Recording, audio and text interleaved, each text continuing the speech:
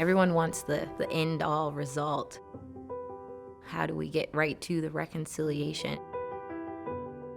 We can't just jump right into reconciliation because you need to understand what happened to the 7 generations behind us to know what we need to do for the 7 generations before us. Do you feel like our country has let Indigenous peoples down? Oh, yeah.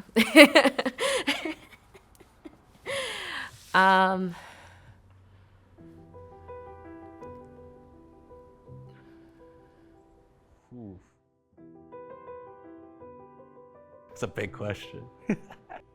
Yeah. Last 150 years, yeah. I mean, obviously, yeah, what's happened, it's obviously been a traumatizing experience for so many people. Does Canada have a lot of work that they need to do when it comes to truth and reconciliation? Absolutely.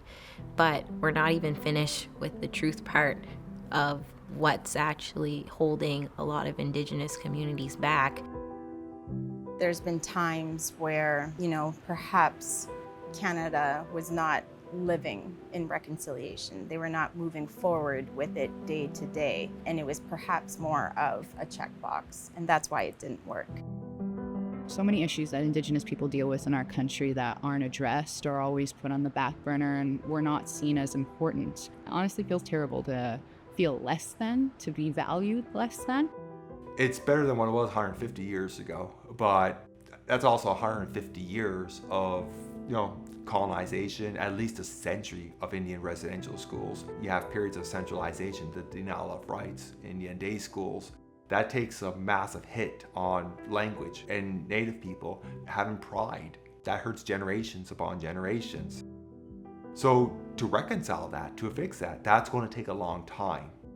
The traumas and the experiences are still living in generations today. My family had family members that have gone to residential schools, and that's not far off from when I was born.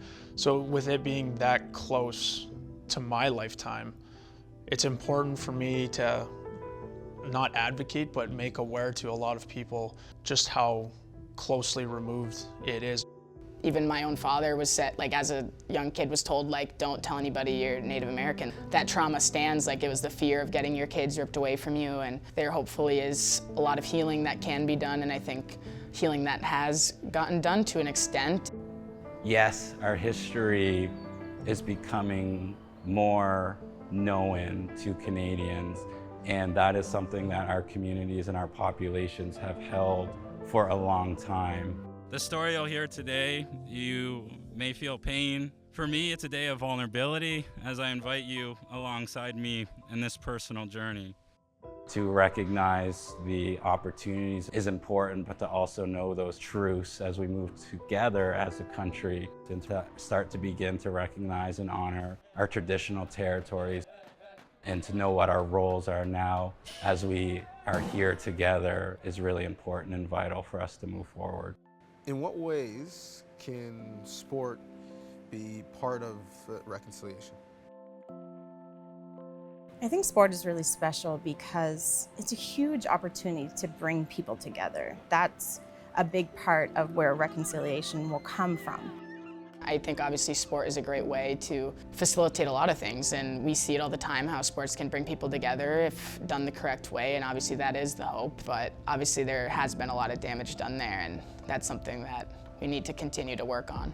As a kid, I didn't have big dreams for myself. People told me I'm Indigenous and I'll never get there. That's what this is about, lifting up our people and helping them rise and showing them that, look what you can achieve and look what you can become. We know the value of sport throughout history. It has always been here and will always be a fabric of our society, especially when we talk about the space of sport where individuals haven't historically been included or welcomed in our mainstream system. We can begin to have conversations and begin to create an opportunity where we can move together forward.